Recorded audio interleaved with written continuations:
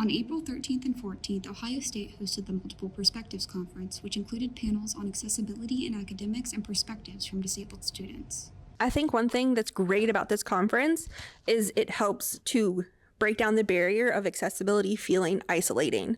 Like a lot of this work, because you do a lot of it individually based on certain content items or based on certain curriculum, it can feel very isolating, and that you're the only one feeling the frustrations, or you're the only one who's dealing with this type of access friction. And so a conference like this helps break down that barrier and helps make you feel not as alone. From my own classroom experiences, I was noticing these tensions we talked about, where there was like some access friction, where what one student needed maybe was not the same as what another student needed. Or, for example, one time I taught and I had a student with narcolepsy who needed bright lights in the room. And I also had a student with migraines who needed dim light in the same room, right? So navigating those and then starting to think, how does that happen digitally? And how can we use this framework to allow people to think about making accessibility as expansive as possible to help students and learners?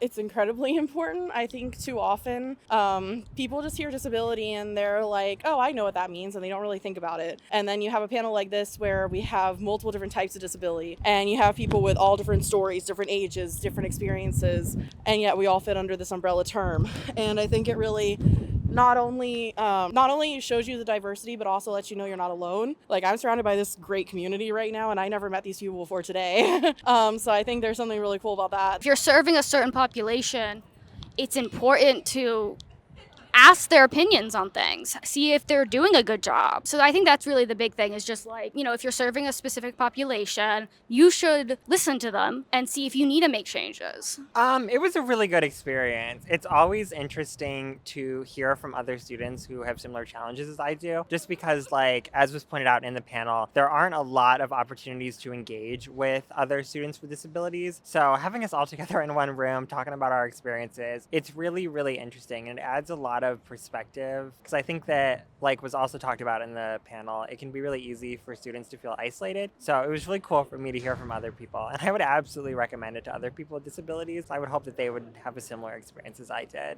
I think the best thing that people can do going forward is just give people grace. Like, you don't even have to know that they have a disability. Just giving people the benefit of the doubt and giving them just extra space and giving them grace can benefit everyone, not just disabled students, not just disabled faculty. I think the whole world just needs a bit more patience and a bit more kindness. For The Lantern, this is Sophie Reynolds.